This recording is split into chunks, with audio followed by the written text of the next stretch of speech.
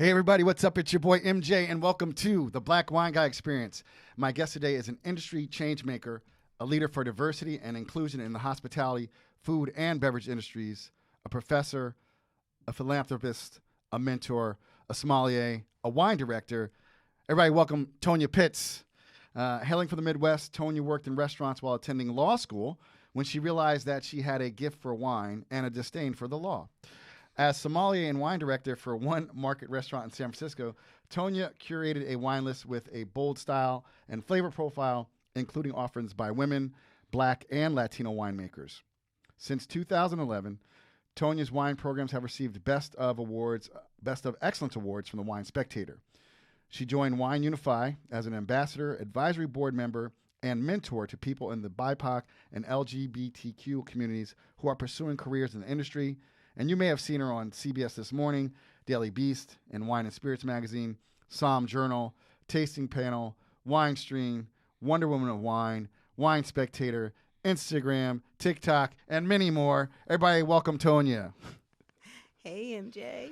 Hey, is there anything else you'd like to add? I was nominated for Wine Enthusiast Sommelier and Wine Director of the Year 2021. Oh, wow. Which is like huge. Congratulations. Yeah. Tell everybody about the wine we're drinking this afternoon. We're day drinking. What are you drinking this afternoon? Are we day drinking? For real. So, the wine we have in front of us today is the Havens Merlot 2004 Napa Valley. This is a wine produced by winemaker Michael Havens. Became very, very famous in, I'd say, the late 80s, early 90s with Merlot and Syrah, but what really knocked people out was the Barriquois that he produced, which was a dead ringer for Cheval Blanc. Yep. And but the wine just ages beautifully. And when we were talking about what should we drink, and I looked at lots of things, but I've always been a huge fan of Michael's wines, and I like old wine. I like mature wine. I like wines that tell a story, and wine tells a story all the time, whether it's young and vibrant and vivacious, or if it's, easy and comfortable and worn, because this is worn. This is like worn leather, It's just, it's gorgeous. It really is. I was super excited when you pulled it out. I was like, oh shit, Havens. Yeah. And I have the worst pronunciation. I was like Borico, because I call it Borico. Yeah. And it's I can't say what she said. But I said, but I was like, that's a Cab Franc Merlot blend. So I think didn't Sideways come out in 2003 or 2004? One of those, somewhere around there. Yeah. Well, we're drinking some fucking Merlot from California. It's really fucking good. Yeah. That was a kind of a shitty line in that movie, because California makes great Merlot. Well, but if you remember, there was a time when Merlot coming out of California, it was this really kind of fruit punch. It was Merlot, as in they were making a lot of it. Sweet, yeah. And I mean, people still come in sometimes, and that's what they think Merlot is supposed to be, and it's not. It's this really stately and sumptuous grape. Yeah. Cherries and all sorts of plum, red, black, yellow, some hints of blood orange sometimes, leathery, espresso, clay, all of that is in this. She knows her wines. I love wine. I love that you love wine. I do. I love wine. Oh, man. There's iodine there, too. Did you put your nose back in there for a minute there? Definitely, you said iodine. Definitely get the iodine. Yeah. Wow. Wow. All those red fruits. Mm-hmm. there's a spice in there. There's just a touch of anise, just a touch, just a touch. Yeah. Um, Yeah.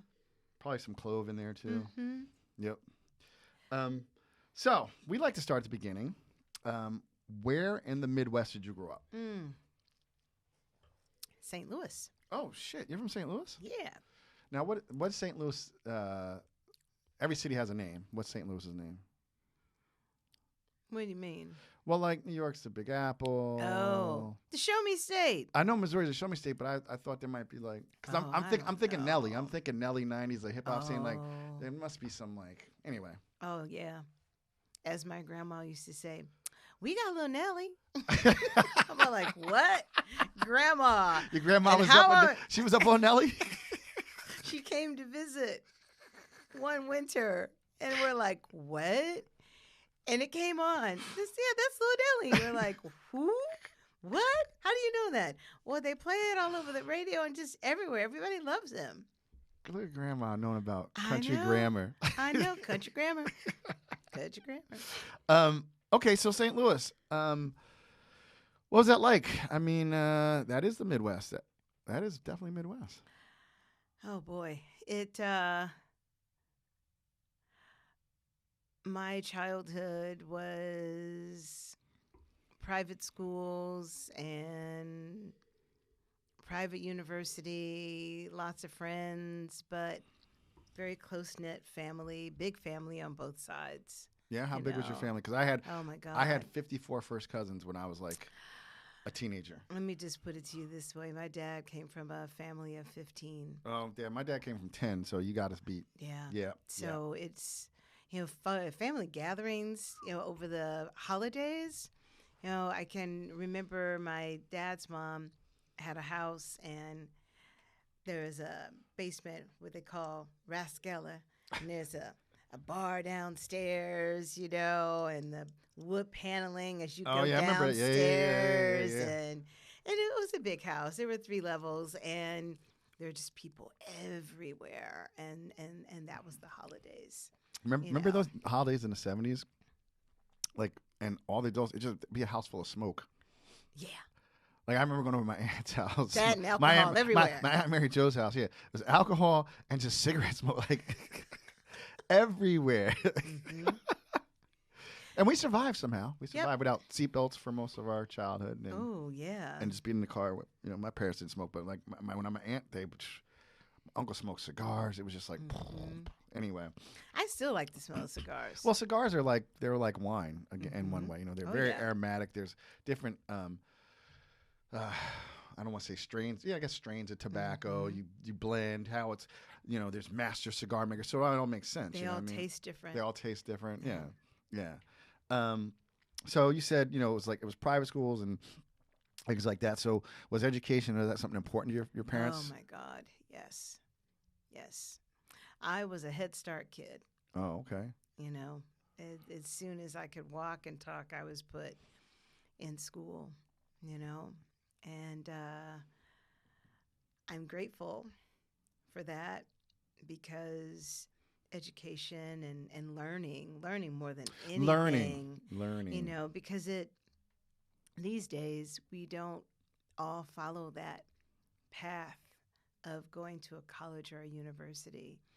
If you have a skill set, depending upon what that is, you can make a living and make money for yourself. And especially now, these days, it's not typical. Yeah. It's not a traditional trajectory. Yeah. At all. Yeah. It really isn't. Yeah. But I love what you said because I used to work in education, and there is a difference between education and curriculum and actual learning. Yeah. There's a huge difference. Yeah. Because if you can't do it, you didn't learn it, right? Right. Like when you've learned something, you can do it again, and again, and again, and it becomes second nature. Second nature versus like you can study for a test and do well on a test, but the love of learning, I think, that's called memorization. Exactly. Which is very interesting. We'll get into that a little bit later. We talk about law school, but right? Like, so, you have any siblings? Oh gosh, I'm the oldest of 6. Oh wow. Okay. Yeah. Okay. Okay. Yeah. Okay. Big sister within all that too. Yeah. Yeah. So what was it like in the Pitts household? What was it like typical, like not a holiday, but like was there Sunday dinners? Was like, do you guys eat dinner at the table every night? Oh, this is funny. So we still talk about this. I would make dinner with my mom on Sundays, and I would play opera and make them listen to opera. They hated me for that. I'm like, but it's beautiful. And they're like, oh my God, mommy, please, make her turn it off. It's just for a little while. It's okay. You know, we play everything in the house. It's fine, right? Yeah. KQED. So, were your parents into food and wine growing up? Was that something that? No, they weren't at all. My grandmothers and my uncle had like Manischewitz and stuff like that, in the refrigerator. One of my grandmothers drank beer. My grandfather on my mother's side had been in World War II. Wow. And so when I decided that this is what I wanted to do, he understood what it was. And my grandmother was not as forgiving. Took her a while on that one. But he knew what it was. And so wherever I worked, he would always want me to do food and wine pairing. Okay. For him. Okay. Whenever they came in to see me wherever I worked. Oh, that's really cool. That's really cool. So, I understand you did your undergrad at St. Louis University. So, yes. Where's St. Louis University and what did you major in? Oh, God. So, St. Louis University is in the middle of the city. Okay. I lived on campus. Mm-hmm. I lived 8 blocks away.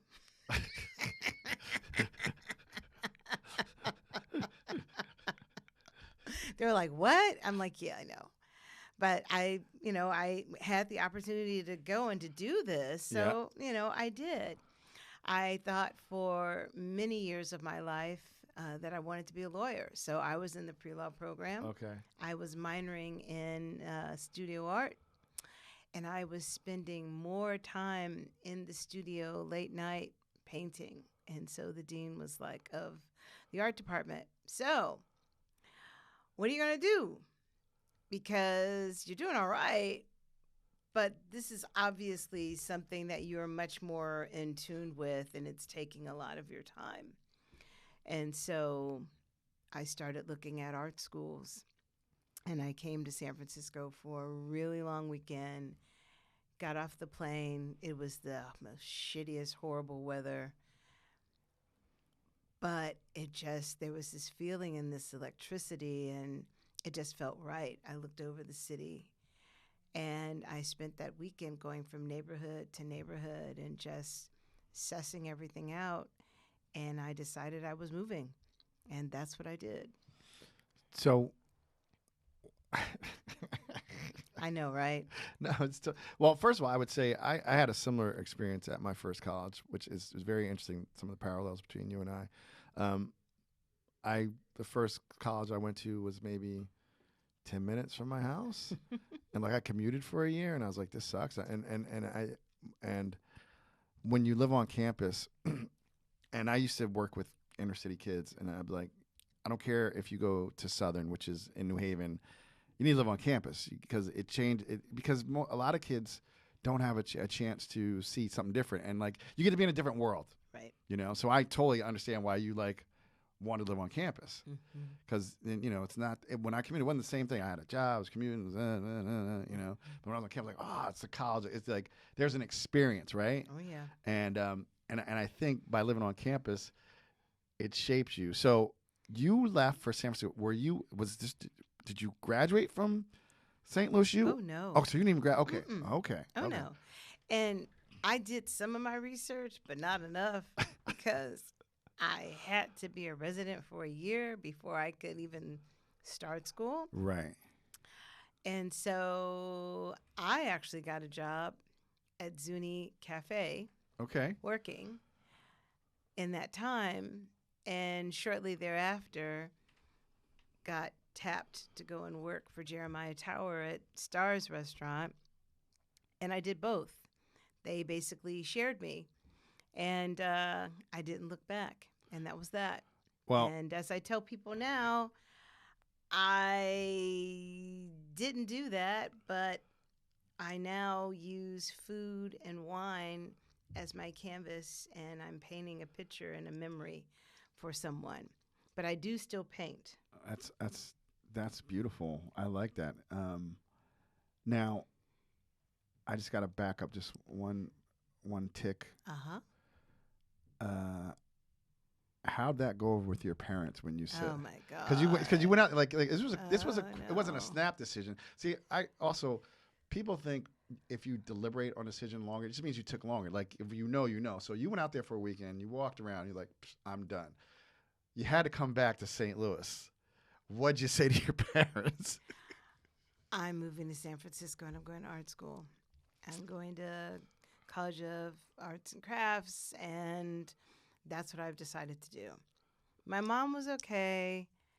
My grandfather was all right. My grandmother was not okay, because they put all this time, energy, and money into education, into a particular purpose for me, which is what I said I wanted to do. And I had then decided that's not what I wanted to do. But, hey, before that, I thought I wanted to be a nun, so whatever. And that's a true story, and that's for another time. Okay.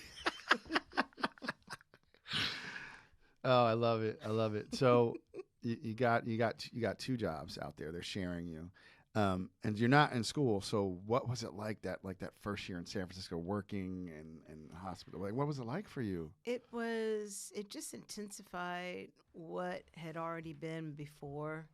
Because I worked in restaurants in St. Louis, Okay. and that's where I got a lot of my food and wine knowledge from, but I had never really thought about it as a way and a means for me to make a living. Mm-hmm. It was just something that I really enjoyed, that I was really intrigued by. It was something that did feed me, so to speak, not just monetarily, but kind of feeding my intellect and my soul, all of that, right? Mm-hmm. I was around people that had been in the industry for a very long time, and I would have family meal with them at the end of the night. And, as I think about the people that were around that table, there were all kinds of people. There were white people, there were black people, there were gay people, there were all kinds of people. But they were people that had been in the industry for many years. And I sat there and I absorbed everything and I took it in because it was all really fascinating and interesting. But then also when we started talking about wine and there was wine on the table, I couldn't drink because I was too young. But I did get up the nerve to pick up the glass, smell, and start talking about what I was smelling. I was encouraged to do that. And it wasn't really until we got into the nitty-gritty of COVID when I was asked to talk about my mentors and those that had Mm-hmm. meant something to me. Mm-hmm. I had to reach all the way back. And that's when it all made sense. There was this one person that gave me this skill set and introduced something to me, which was food and wine. Little did I know that years later, this is what I was going to be doing. If you told me that 30 plus years ago, Mm-hmm. no, I'm not. No. It's all cool and stuff, but no, that's no. But the no was really because I saw him because he was black, Mm-hmm. right? Mm-hmm. But I didn't really see anybody else after I got out in the world, so to speak, and started working. There weren't really any people of color, much less women. Yeah. Far few and in between. Yeah. Yeah. So it took me a while. I was struggling and I was fighting, but I was still pushing. Mm-hmm. You know. Mm-hmm. So I think I wasn't sure if I was going to stay and this is what I was going to do. You know. So let's talk about like your progression through the San Francisco food and wine scene. So after your after the Tonya sharing gigs, what was your next job gig? Oh, wow. I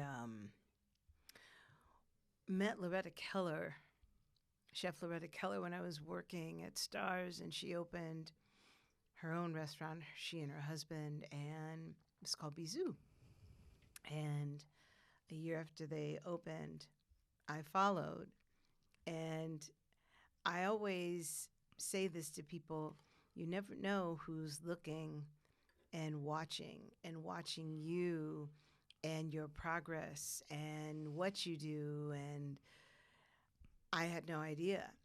She was in need of a wine director. And she said to me one day, you know, I need somebody and you can do this. I'm like, what? What are you talking about? I need a wine director. And you can be the wine director and the sommelier. That's what you're supposed to be doing. You're not supposed to be a captain. You are supposed to be a sommelier, and that's what you're supposed to be doing. And that is how I got my first gig that way. And I've never looked back. So had you had any? I mean, you talked about you that, like, you know, when you first started working, first out there, you weren't even old enough to drink, but you were studying. You knew to pick up a glass, stick your nose in it, Yeah. give your impressions, take feedback. Did you have any wine experience, explicit wine experience, before she said you should be a wine director? Just what I'd done myself and with other people and being around other people in the industry and talking about wine, having, you know, dinners and barbecues and listening to them talk about their experience within wine, within their careers, and food and wine talk, and talking about how food and wine match and pair together. But when I look back on all this, these were all pros, these were all professionals, these were all lifers, which we still have today, but it's far few and in between. But that's what we're trying to cultivate now, again. Yeah, yeah. It's always interesting because, like, in Europe, France and Italy in particular, like you inherit waiter jobs. Yeah. Like that's what your family does, like, you know, Right. like, and with pride. Oh, yeah. And you know, wine stewards and et cetera and so on, somms, et cetera and so on. Here, I think I read an article, I think Bobby Stuckey was on, and he was quoted like the average life of a somm's like 3 years, 2 to 3 years these days. Yeah, but you can't experience everything in 2 to 3 years. Well, I agree. No, he wasn't saying that he was saying that as a No. net because he's a But lifer. You know what I mean? Yeah. But I understand, and I hear it, I see it, I've seen it. But I think that everybody wants everything now. There's this intensity and this need. Immediacy. Yeah, and but everything doesn't work like that. Yeah. You know? Yeah. You can't learn everything in a day.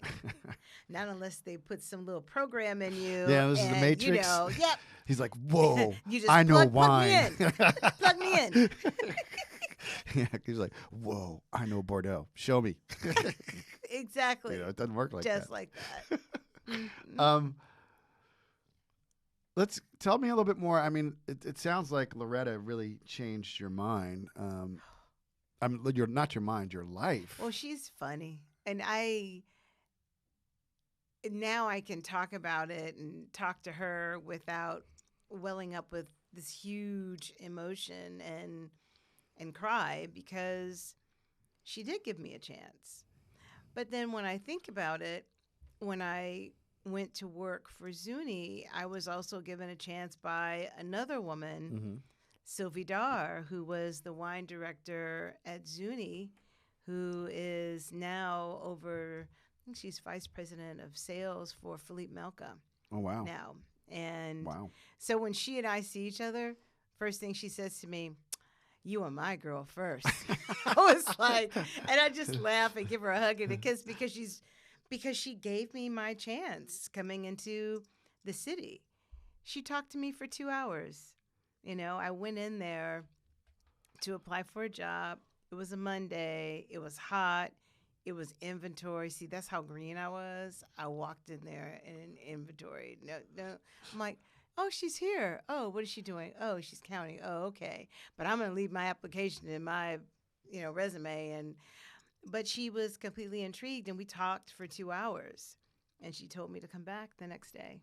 And she hired me, basically. And that's how that worked. Wow. That's how it's always worked, though.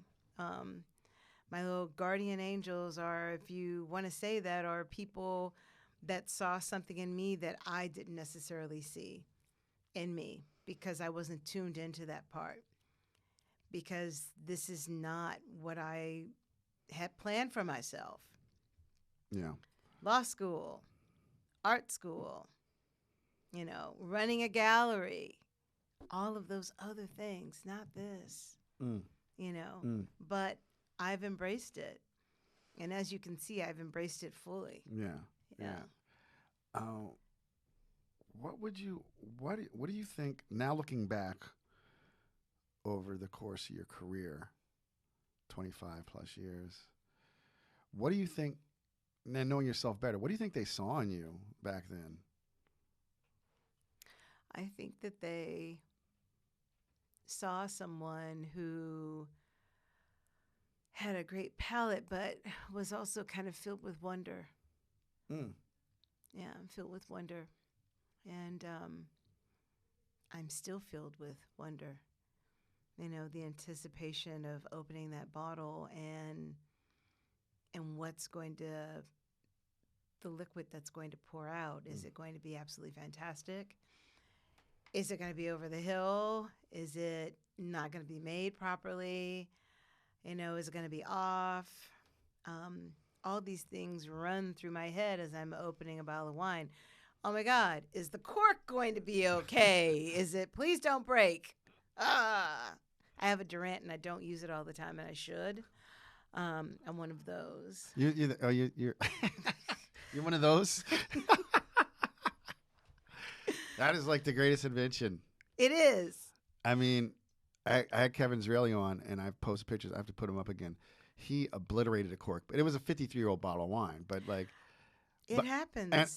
And I, on one level, I totally appreciate that. Like literally, he was like, well, those old school guys, we'll just push it in, we'll straight it, whatever. Well, sometimes, but not all the time. Yeah. You don't want to. No, you don't want, because then, but it happens. But like literally, like it's so funny. Yeah. There's the Durand crowd, and there's the traditional waiter's corkscrew crowd. Oh, there's also the Asso. Well, I have all of it. I know, I have that, but the Asso is once you have a Durand, like the Asso is tricky on older bottles. You just maybe it's the whole, just the feeling and the body tensing up and the anticipation, and it seems like it takes 10 minutes when it really doesn't take 10 minutes. Right, it's like a scene in a movie where like it's like tick, where the countdown is like where the 10 seconds takes like 2 minutes. Totally. 10, and they're running. Yeah, totally. And you're talking to the cork. Right. As telepathically. You're Well, no, I do talk. You actually? Oh yeah, I'm crazy. I talk to myself too. So. Oh, I do that. That's not crazy. That's a sign of.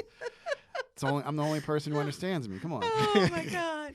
Okay, then we're good. Yeah, then. we're good Right, there. Yeah. Okay. I do. I talk to it. Okay, come on now. All right, I'm gonna slow down. You just hold on. Come on.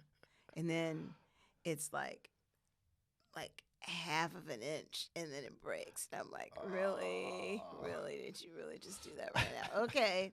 All right. Let me get out my medic kit over here. Yeah, I'd be like, why are you trying to embarrass me? You better act right. What's wrong with you, boy? That's why you pull it over to the side. Exactly. You don't have it out there in front of everybody. Yeah, no, just be You just don't a want to second. act right. So how long did you work with Loreta? Oh, God. I worked in Loreta for like 10 years. Okay. Yeah. Okay. Yeah. And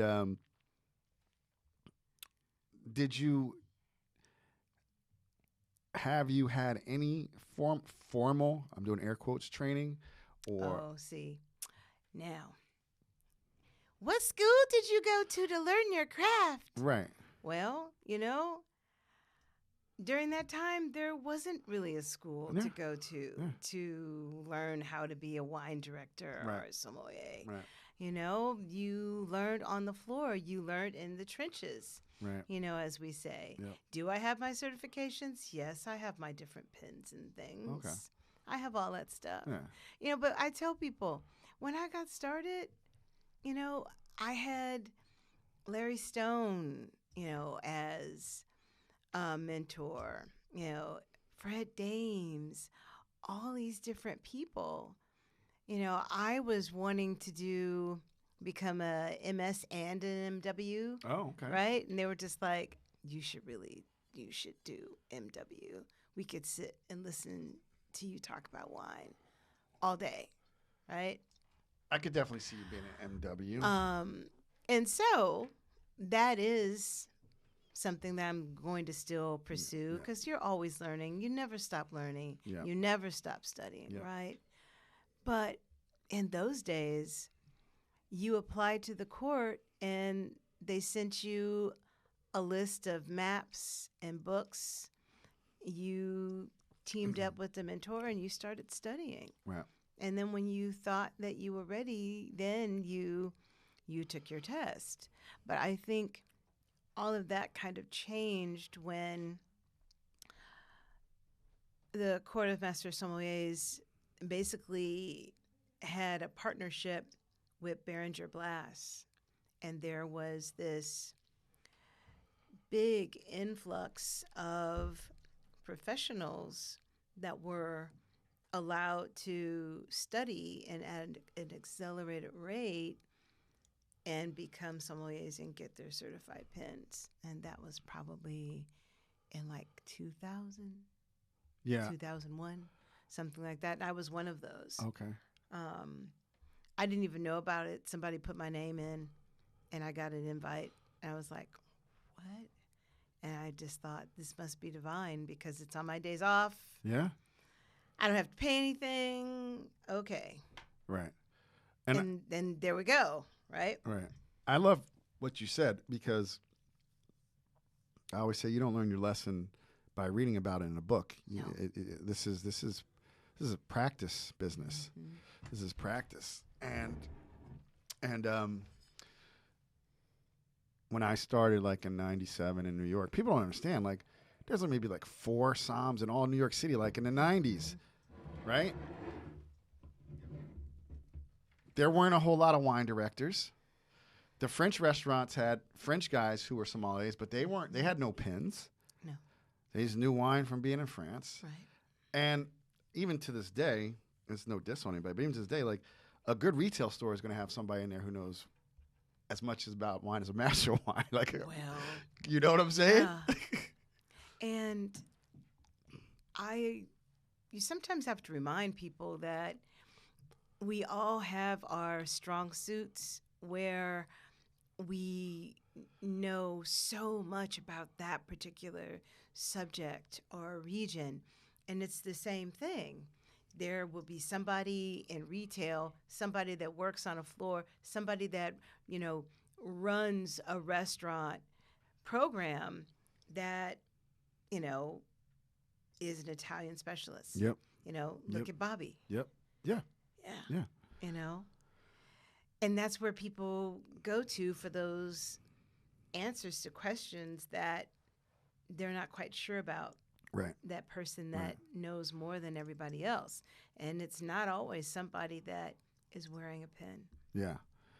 And then also something else you said, I think that people our age have had an opportunity to try wines that a lot of these new and up and coming generation just won't because they're scarce. Like, like Bordeaux and Burgundy in the 90s and 00s was not what it is today. I mean, the quality was just as good, Yeah. but like the commoditization, the prices have made the opportunity to try those wines. My first wine was basically a Lafite, a Mouton Rothschild, 1976, that the guys opened for me.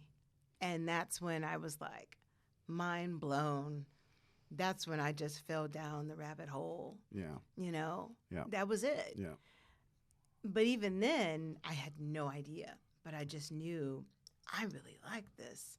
This is really cool. But it did become something that I was studying, Mm-hmm. On my own through food and wine and enjoyment and working while doing other things as well.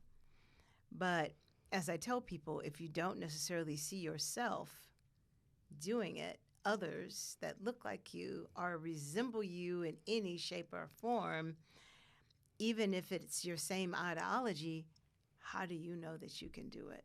Right. You And I agree with that in that you have to be able to see yourself to do it. Mm-hmm. You have to be able to see yourself to do it. And we'll get into like all your mentorship later, but if it helps people to see someone who looks like them, but at the end of the day, a lot of people like you and I, we just saw ourselves doing it. Yeah. And that's paramount to success in life is, can you see in your mind, can you do it? Right? So I hear you. So you're with Loreta for 10 years and incredible mentor. She tells me, I didn't do anything. You did it all. And Well- I'm like, but if you hadn't have, she's like, yeah, that's a vehicle, but you did all the work. Right. Right. Right.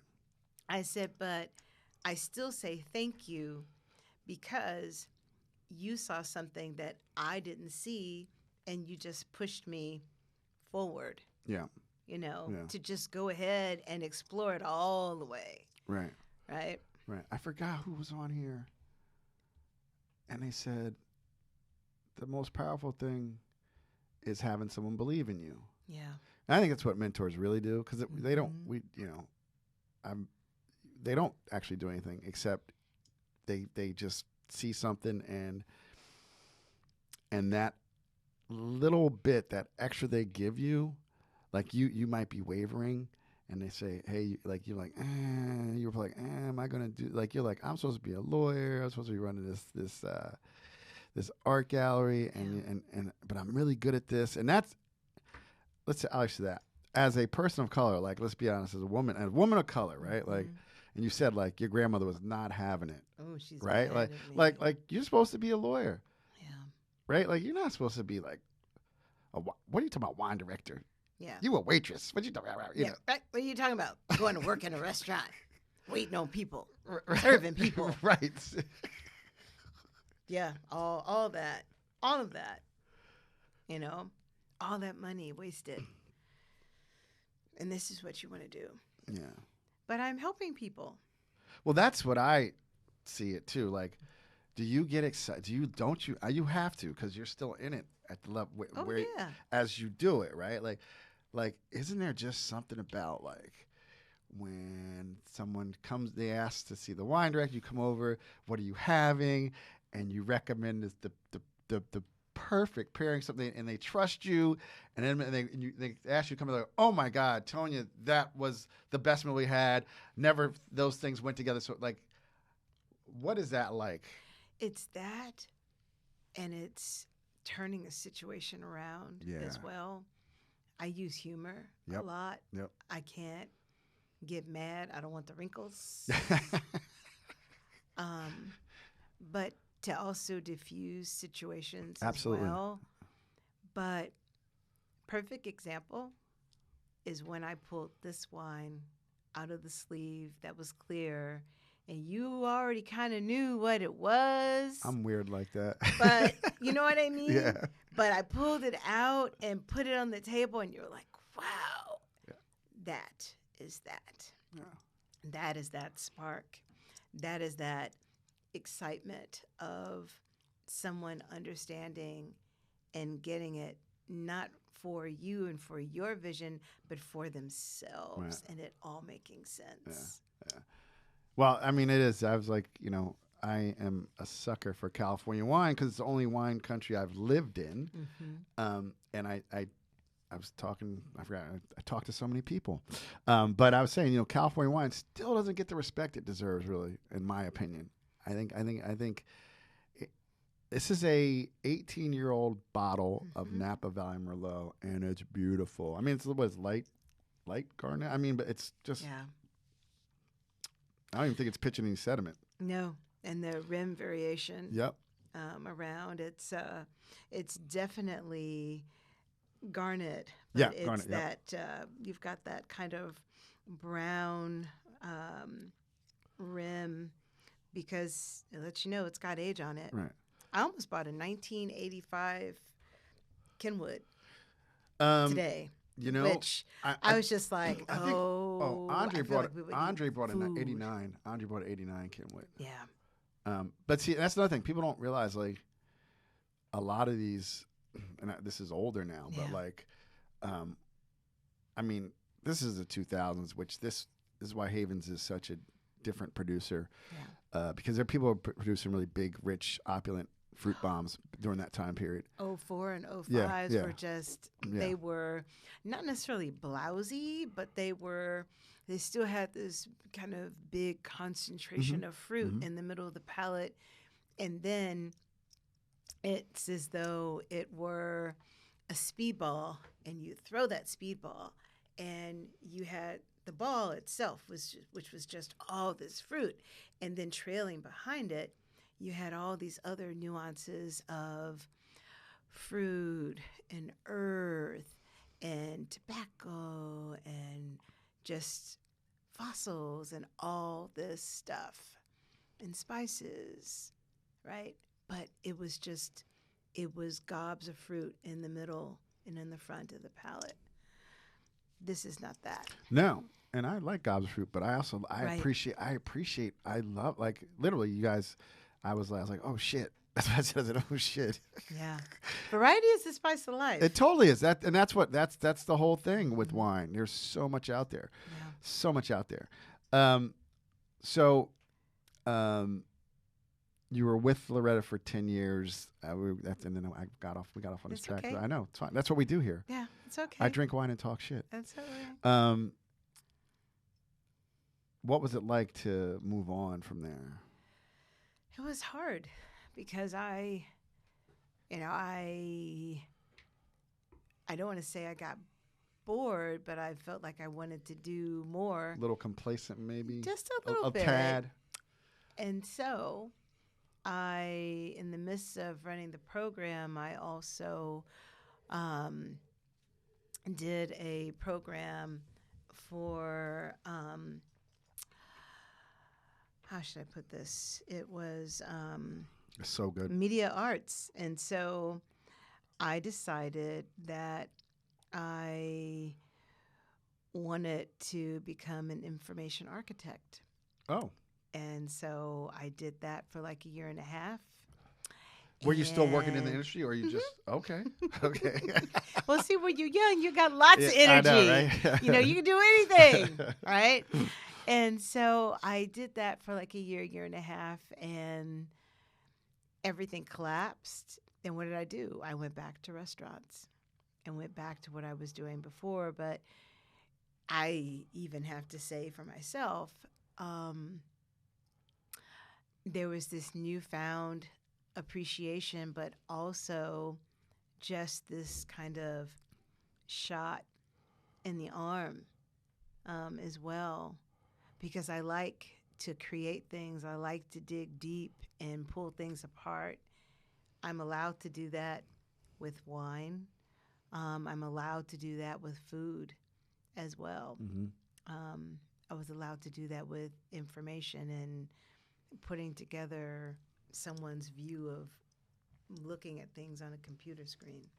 So, Very cool. You know what, Tonya, we're going to take a quick break right now, and then we're going to come back with more Tonya Pitts, everybody. We'll be right back. Okay, we're back. So, you information architect. yeah, information architect. Deep diving Completely. is one of your things. So you said you went back to industry. Did you go back to a restaurant with Loreta, or where'd you land? No, Okay, where'd you I land? actually went. Oh, where'd I go? When I came back to the industry, actually went back to Loreta for a little bit to help out. Mm-hmm. Then I went to work with Frank Klein, who owned a restaurant called First Scrape, which was downtown in San Francisco, completely California wine list. A lot of fun. My crew was all women. Okay. Women bartenders, women that, were the wait staff, and it was really cool. It was really cool. And I was there, and then I got another job opportunity from Brad Levy, who has,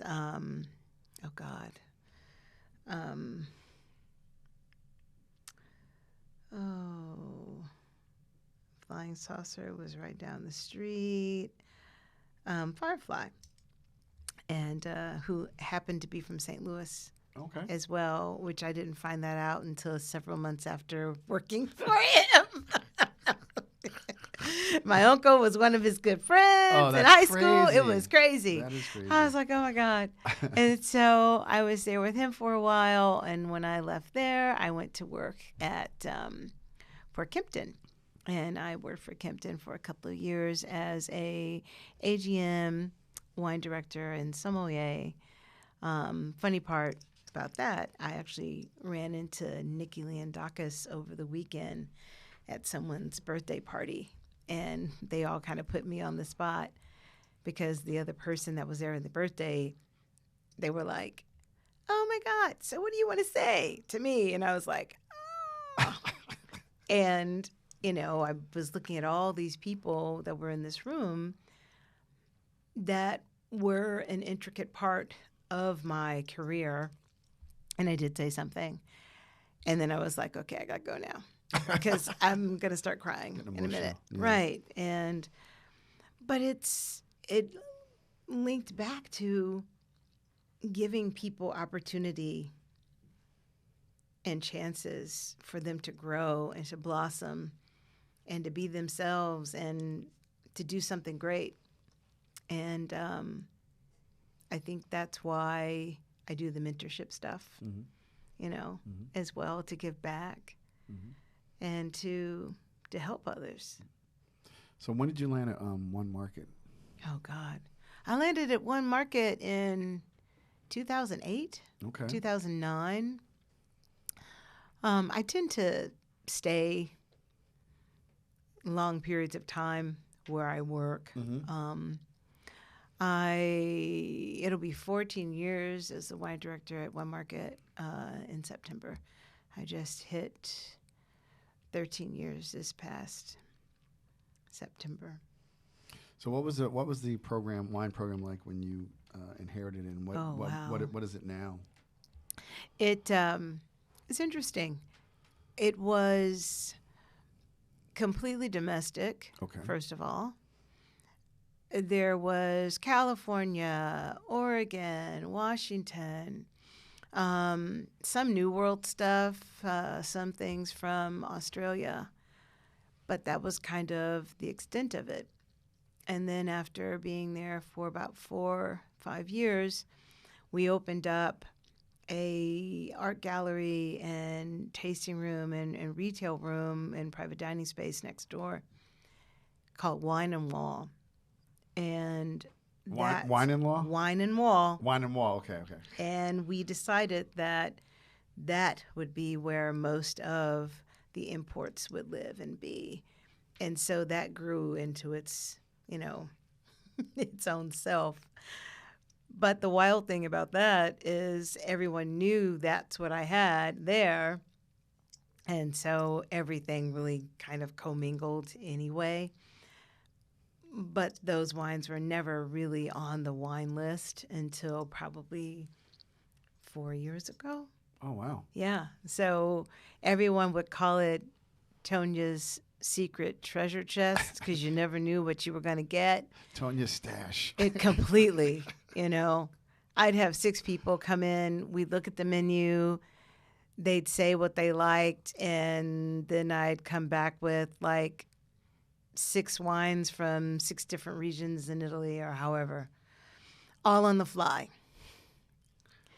which is a lot of fun. Just the adrenaline of doing all of that and getting the glasses down and taking care of them and taking care of everybody else, too. I thrive on adversity that way. I learned that about myself within all of this, Yeah. COVID was a shocker. I didn't know what to do. It's like, what? I don't have to be anywhere. I don't have to do anything. I don't know what to do. What?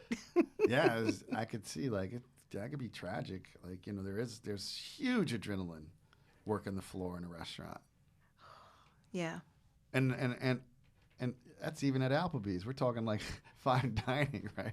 Right. You've seen poor people at Applebee's running around, shirt all dirty and shit. Oh. And they're in the weeds. And they are. They're in the weeds like anybody else. They're in the weeds. Right, and they run out of product. Right. Just like every other restaurant. Yep. Yeah. So, like you said, it was a very domestic list when you started. And through your studies in wine, I know you love it all, but where would you say one of your biggest interests lie? What region outside of the United States kind of has a certain allure for you, has kind of caught the apple of your eye? Or you go back to your first loves and what you learned. My first restaurant in St. Louis and Fells, it was very eclectic. It was French, Italian. There were some domestic wines. And then Australian wines and champagne. And so I find myself circling, within those regions always. But then what's old becomes new because there are ancient wine growing regions as well anyway. And so then we start thinking about Greece. Then we start thinking about Portugal, Croatia, Slovenia, Georgia. I like it all, but at certain times, I would almost even say that I am a seasonal drinker. I drink more red wine in the winter, whereas usually I would probably have champagne or a dry white wine any other time. But during the winter, it's usually red to warm myself up. But I think also it has this contemplative energy that it brings with it, and you just want to kind of sit back and taste it and ruminate like we're doing right now, even though we're right in the middle of spring coming, right? Right. But it's still very crisp outside. Yeah. The sun is shining, but it's crisp. Yeah, it's I'll drink whatever, whenever. But I know. But I see you. But objectively, I'll be watching you. But objectively, it's time to start wrapping up your big reds, people. Put them away till November. Yeah. So you mentioned it was like a French Italian restaurant. It was a French restaurant. French restaurant, okay. But the sensibilities were French, Italian, some domestic stuff, some things from California. But the owner also loved Australian wines. Yeah. So, and they'd pull out all kinds of things to put down on the table and to taste. And it wasn't really drinking. We were having family meal, but they were also talking about the wine in the glass and the food. And so that was my introduction. Okay. This was the first restaurant I'd ever worked in. Mm-hmm. You know, I had no idea. Yeah. I came in as a host. Okay. There you go. You know what I find interesting is, like, we don't know things about other places, like people. We don't like. So it wasn't until like, oh man, maybe like was 7, 8 years ago, that I put together. So when you say like, there's a lot of fine dining restaurants in and around San Francisco, and not San Francisco, obviously San Francisco, St. Louis. Oh yeah. Because I didn't realize, because Monsanto's near there, so there's a lot of money. So there's a lot of money. Like I was driving across country with my wife. We were coming back from Mexico, and we stopped St. Louis, and I was like, we you know, this was 2014, 2015. So we Ross Perina. Yeah.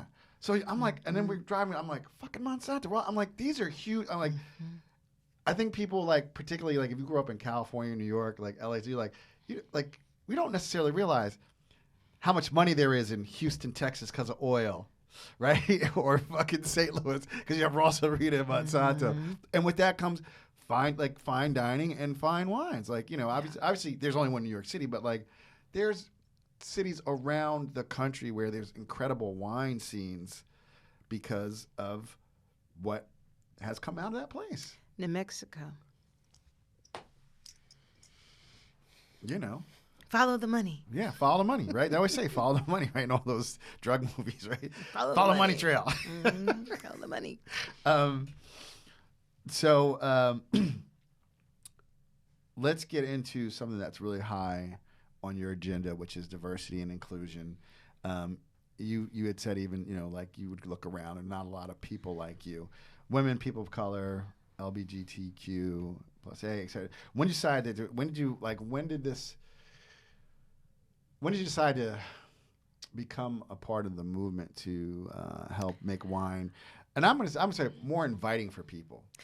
Well, I always had a mentorship program at One Market because the chef Mark Doman had graduated from San Francisco University and was a part of the hospitality program there and the food program. And so he, on the side, they had always done something with food and with culinary with them. And once I came on board and everything just started to kind of jive and come together, we decided to do something with the wine program and to reach out to people that were in hospitality, that were within restaurants and also hotels. And I basically got an assistant and had somebody that would work with me for like 3 or 4 months. So we did that for many years. And not just that, the mentorship that I would give to all of my staff, no matter where I'd worked, right? Yeah. So when this presented itself, when Dylan Proctor and Martin and Marriott said something to me, I was like, yeah, no problem. Absolutely. Yes, I will do this. And I really wanted to because there were often times I would have people, young people of color, that would come in that there was this kind of disconnect, right? Because they themselves hadn't seen anybody in the front of the house. They'd seen people in the back of the house, but not necessarily in the front. And I'd always been doing things with Batonage Forum since the beginning, being on panels and speaking. And so it was just really kind of a natural thing. And my thoughts on mentorship is not some big, long, drawn-out process. It could just be a mere conversation with somebody, 2 minutes, 5 minutes, having a cup of coffee, having a conversation in passing. And you say something so profound that it strikes a chord with that person, and they then take it, run with it, and they hold on to it. And so it really is a piece of thread and a ribbon that is continuous and ongoing. And it's just a string of people that are attached to that thread and that ribbon. And that is mentorship to me. And it shows up in all kinds of forms. You know, I realized, not this time, but the time before, when we were working with level 2 within Batonage Forum, that actually was level 1, that I actually have an affinity and do really well with helping people suss out what they do best and where they should be and what they should do, which is why I said if I would do anything else, it would be as Life coach. A coach, yeah. Coach, yeah. You know, to help people and talk to people. Yeah. Love that, because I agree. I think I understand the power of mentorship, but it doesn't have to be this elaborate program that people. And matter of fact, those actually fail, because I've worked in nonprofit world. Those like it's so much better. Like if someone says, "Can I talk to you for a minute?" and you go have coffee. Because I have kids who I worked with who like, "Oh, Miss Talia, you're my mentor." I'm like, "What?" They're like, "Well, you told me this one time," and I'm like, I'm so happy. But like, I think when you try and put a whole lot of formality on mentorship, it causes problems. Like you said, you could be one person in a thread in a string that's ongoing. I think that is so true and so important. You mentioned Batonage. Tell people about Batonage, because Batonage Forum is a mentorship program that was started by Sarah Bray and Stevie Stakanis. Sarah spent many years living and working in Europe, moved to California recently. Stevie, originally from the East Coast, I believe, but came to California. She and her husband, Josiah, actually own Bay Grape, but they were both sommeliers within the community in California and in New York.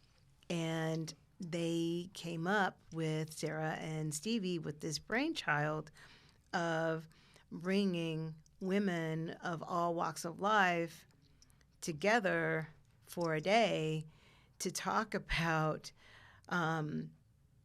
just things that meant a lot to them, or issues that were going on in the wine industry and hospitality. And it's morphed now into something much, much bigger.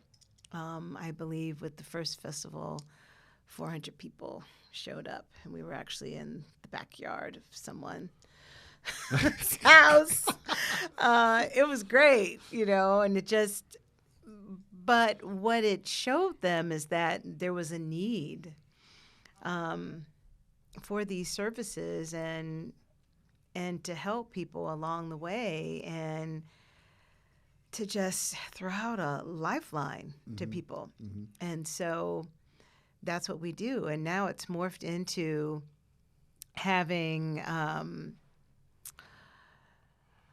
what we call IFs. So I actually run hospitality. There's someone that runs retail, someone that runs communications and writing, viniculture, winemaking, and underneath all of us that run these programs, we have mentors that sign up and ask to come on board, and they have mentees that put in an application and have someone to help them. And it's just been glorious. It really, really has. Those that identify as female, and then we have, Wine Unify, which is elevate and amplify, which is a whole nother thing in itself, which is much more smaller, but giving people access to glassware, wine, and people to speak with and talk to, and then also the opportunity to get a certification if that is what they want. Because at the end of the day, you don't have to have it, but it looks better if you do have it. So, yeah. This wine, remember those chocolate covered cherries? I think they're called cello. That had like the cherry with the gel. That's what this smells like right now. Like a milk chocolate covered cherry, like just dusted with espresso. Milk dud.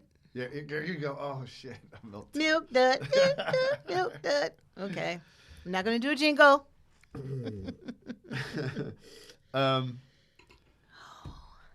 So. Now that is exuberant. Yeah. Yeah. I love that word too, and it really is. I mean, this is like 18-year-old Merlot. Yeah. It's so alive. Yeah. It's alive. Yes, it's like a It Outcast song. It's not weird science. Yeah, it's like ain't nobody dope as me. I'm so fresh and so clean. Ooh. Women in Wine, is that one of the initiatives you created, or at the restaurant? Yeah, absolutely. Yeah.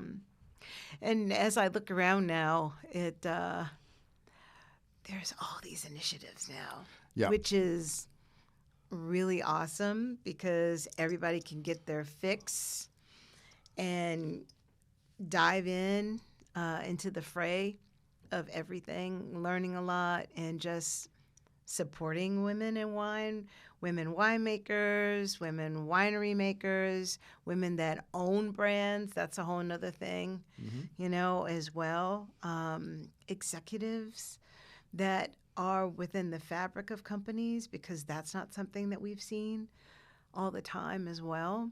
I just think, and on one level, but it's also like, I just think things, like how many Black CEOs were there, like Ken Chenault, like people don't realize. Not a lot, but AOL, there's some. No, there's a pretty decent percent of that at one point at 45. Like you'd be like, I was blown away. Like, but it's just not talked about, like, because they're just working, right? So, the woman who runs LMVH, Jasmine Allen? She's really nice. Yeah, got to get her on here. Why do you think that there's certain aspects of business that there is not a light shined upon? That to me, that's actually the question. Yeah.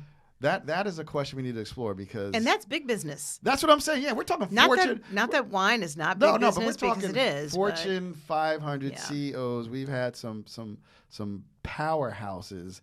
Merck, Ken Frazier. Yeah. I think we as Black people need to look at why we don't shine a light on that. Like why we get excited about, and I love sport, but like why is that? Why are we not like? Do you think that it's because it's something that seems as though it's attainable? Well, that goes back to what we were talking before. Like, if you need to see someone, we should. Well, there's tons of that. We should all be able to see. Yeah. So we got. We'll ponder that one. We'll talk about that next. We'll talk about that next time, or we'll just talk about it next time we drink wine. Because I'm thinking about. I'm like, yeah. Because that's a different wavelength. Yeah. Yeah. It is. Yeah. It's a different wavelength. Yeah. So mentorship is big to you. Supporting. How did teaching come into play at the USF? Well, Because I was doing that anyway. What I had always done was when I would put together notes for staff, I would write my own notes. I would give very detailed notes about the history and the region, about climate, soil, all these things. Because I realized that I had some staff that was so young or so green that they didn't know. And my big thing is, if someone has never been able to experience a region or experience a wine, how are they going to be able to compare something else to it that is supposed to be similar from someplace else? And so I usually do a litmus test and talk to staff and figure out what they've had and what they didn't have and let them taste things. And if the response is that of not having the knowledge and not knowing, then you build upon that. And then if even still they don't care for it, but they understand it, then you make the choice of, am I going to put it on and hand sell it? Or am I going to walk away from it? Because then you have to start thinking about dollars and cents. But that is where that came from. I do like teaching, and that's where that came from. Yeah, being a teacher. Yeah. But I'm a teacher on the floor But as well with guests too. Isn't that but the thing? Yeah, but you can't treat everybody the same. No. You have to suss out, the person. You have to look at body language. You have to read the table. You have to do all of that because you're almost a different person for every person that is in the door. And I know that sounds wild. No. But, I think you hit on something that's very, very, very, very important. And I've said this before. Like you said, we said, yeah, it's good to have the initials. But Andre Max, he said, I can't hand my initials down to my kids, right? But I do think people don't need to understand just because you have your WSET 3. What really makes someone in hospitality, which said you got to read the room, and then you got to read each table, and you got to read each person at the table. Mm-hmm. Like that's where I think people, I think why there's such a low rate because people are like, I know about wine, I'm the somm, listen to me, versus like where you hit the nail right on the head. Like every interview I do is different. Yeah. Right? Because I have to. I'm here to connect with people. Hospitality, this is about connecting with people. It's not about pushing your wine agenda. Nope. It all begins when a person walks in the door. That first person that they interact with colors everything. Sets the tone. Completely. Yep. Which is why you have to always be warm and welcoming in any situation. It doesn't even have to be in a restaurant. Anywhere. Right. Anywhere. It's like when I walked in today. Hospitality, warm and welcoming. Yeah. No, it's so true. True professional. Yep. So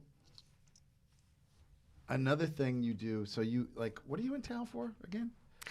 I also judge. Okay. And so Wines of Loire, I think this was really kind of in response to not being able to do the tastings as they usually have been able to because of COVID. And this is something new for them. So this is the second year, and it was really fantastic. So basically, myself and 10 other people, 10 other professionals, whether they be masters of wine, master sommeliers, or wine directors like myself, get together and everything is tasted blind, and we write our notes and score everything. And so you've got wines from Loire that's, Chenin Blanc, Vouvray, Sumar, just everything. So red, white, sparkling, dessert wine, and we rate it and we score it. Last year was really big because it was the first one. This one's going to be, I'm told, much more focused because we had lots of different vintages last year. That's why I'm super excited because I love wines from Loire. Yeah. What do you love about Loire Valley? Because I love Loire Valley whites. I'm not such a fan. I need to drink. First of all, I say this all the time. I need to drink more wines from that region. But I love. But you Loire, know, yeah. there are times when you have a wine from a particular region, and it's a crapshoot because it depends upon the producer, just the season, everything. Yeah. Right. What they had to deal with, but I love Sancerre. I love a dry, minerally, flinty Sancerre. I love Chenin as well, Chenin Blanc. But it depends upon my mood. I like a little, RS in my bubbles, with Vouvray. Mm-hmm. Goes great with spicy chicken, with Chinese food, with all sorts of things. I like thinking outside of the box when I'm pairing food as well, because you have to make sure that things are accessible for everybody, right? But I also like that Chenin can be super high acid, minerally, and flinty. And I like to think of it as my water, just like I do champagne. So. Yeah, I think I love Chenin. Yeah. It's a slept-on wine. Outside of like Wine Geeks, it's kind of slept on. Yeah. Yeah. Yeah, it is. And that's a lot of wine. Quince, right? which you need to let Quince kind of hang out and age and do its thing. Yeah, it's when you have it young, it's just really kind of rocky and stony. It's like licking wet rocks, right? Right. It's not until it gets some time under its belt that it really starts to kind of formulate, and you get all these other notes of white flour and honey and stone fruits. I'm gonna go get a bottle of Vouvray. Yeah. Well, it's spring. Yep. Too. I know. Some Vouvray with a English pea risotto. Ooh, see, she knows her food. Because it's peas. That's people. It's pea season, Yeah. right? That's why peas are part of the Easter thing, boys and girls. Yeah. But I'm always thinking about pairings. I don't mean to, but whenever I'm tasting wine, as a wine director for a restaurant, goes into my database. It should make sense. Yeah. What was one of your grandfather's favorite food and wine pairings? Because you mentioned he always wherever he wanted you to pair the food and wine. Like what one of his like, girl? He liked beef, but he also loved pork chops. Mm-hmm. And he would start out with white wine and then go to red wine. And he would usually really like a Bordeaux blend. He liked Bordeaux a lot. He did. Yeah. So, but I mean, when you think about it, having come up in that time and having been in that particular place during that time, being exposed to all sorts of things, and it was a new experience, right? As things are. People, food, wine, culture. I was going to say it's all the good and all the bad as well. It's kind of trippy that some of the best things that have come out of war, like particularly for black men, was like they've traveled, they've never been to different places. Yeah. and they did get to experience these different cultures. Yeah. And if you were able to, sounds great, if you're able to come back and acclimate yourself, and obviously there's always PTSD, but like you're right, he would never had the chance to be experienced, to have those experiences, right? No. My dad was in Korea. He didn't go to Vietnam. Yep. And so that was a whole nother thing in itself, Right. you know, because when he would come back home, he would bring us gifts and things, but they were a part of the culture. Right. Right? Right. You know, these beautiful, you know, geisha dolls and these beautiful silk shoes, and they were very small and tight that bind your feet, right? Right. You know, but they weren't for us to really wear or anything, Right. but to It was look exposure for you, Yeah. right? And then that what that does to your mind Yeah. when you're exposed at. A to piece new of things. art, Yeah. really. Absolutely. You know, Absolutely. yeah. You're an incredibly busy woman. You have many titles: sommelier, consultant, wine director, writer, mentor. Do you have a favorite hat you like to wear? Oh, the favorite hat I like to wear. Learner and explorer. Ooh. Yeah. That's juicy. Yeah, learner and explorer. Yeah. Yeah. And that's constant. Right. But that comes off and on and in different levels of intensity. Mm-hmm. So, Do you think, because I always thought about this, like, because I actually did go to law. I actually did finish law school. yeah. Um, My mom's like, you can always go back. yeah, Yeah, everybody's she like, does say that to me still. listen, everybody's like, you know, you could always take the bar. Are you out of your fucking mind? Studying for the bar. You can always go to the bar. Yeah. But like looking back when you're on that like pre-law track, like for me, wine, like you can never know it all. That's what was the allure. Yeah. You'll never know it all, and then you get to eat and drink. It's so much better than fucking writing briefs, right? Like, Yeah. Well, that's knowledge, and that's breaking things down as well, and that's can be doing good work, right? well, that's what I tell people. The training, like learning how to like distinguish like you distinguish flavors in a wine, like, and how to research, like how to really research, Yeah. not just Google one thing and go to someone's blog and not check who they are and the veracity of who they are, right? Oh like, my God. You know? I'd like to hear about that. You know.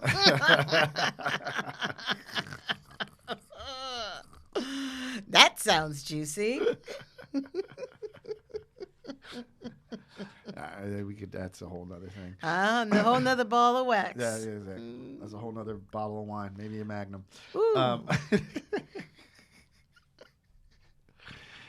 So, what are you most excited about for the future, for yourself and for the industry? Wow.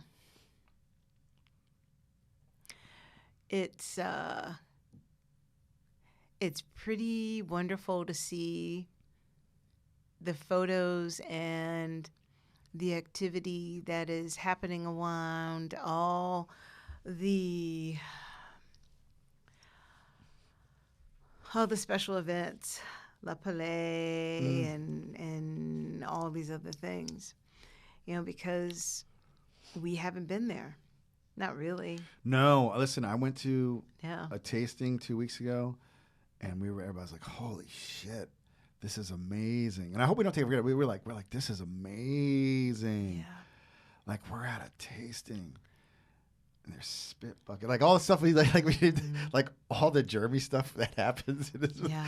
And we're like, "Holy shit, we take for granted a spit bucket! Oh my god!" Or like, you know, a pour and hugging people and Yeah. and laughing and enjoying and taking notes. Like you forgot how wonderful this industry All is. this sense of camaraderie, Yes. but also all the different varied faces that were there. Yeah, And that was really yeah. awesome to see. Did you go to La And- Pauline down in LA? Mm-mm. Oh, you didn't make it. Okay. Mm-mm. Yeah, I don't have La Pauline money here in New York. I caught guests as they were running through town, No, but they. I don't have $7,000. I was for I wine. was invited to go and be there and pour in New York, but I can't take that much time. Yeah. That's my thing. Yeah. I gotta figure it all out. You Right, know, like I said, because I have a job. Yeah, you're a sommelier consultant, a wine director, writer, mentor. You only have 6 jobs. You a lazy woman. I do have to answer to somebody for some of it. How much vacation time do I have exactly? In the old days, it was all staggered and backed up. How many hours you got? 100. Oh, that's not good. That means you're not taking care of yourself. I'm like, no, I'm making my time so I can go away. Exactly. And that is exactly what I said. Just like that. So we're gonna wrap up pretty soon. Tell everybody about and you talked about a bottle of feet, but what was it? Was there a meal and a wine where it just all came together for you, like the heavens parted? It was like when you open the briefcase in Pulp Fiction, it would just glow. You don't know what's in there, but you're like, oh, like. There was a couple of years ago, my then boss and a friend of the restaurant investor surprised me with a meal and this fantastic bottle of 1900 Motown Rothschilds. And Stop. Hold on, I want to make sure I heard that right. 1900. Yeah. 19. Okay. I'm checking because I'm just checking. And they actually recorded it. They recorded me, the whole experience and opening it and all of that, and just it was really magnificent. And it just kept going and changing. And you know, when you talked about Kevin Zraeli and the cork and just kind of, well, this cork really did worse. It was turning into dust particles at some point, right? And having to separate everything and decant it, and just, it was really, really phenomenal. And we had like 8 or 9 courses that, you know, a chef had done for us. And it was really fantastic. And we savored every sip. And it really did, within those hours, it changed. But you know how when wine is old and the air hits it, it can become flat and acidic and all of that. This did not happen. It was glorious. And that is the oldest bottle of wine I've ever had. Yeah. That was just, yeah.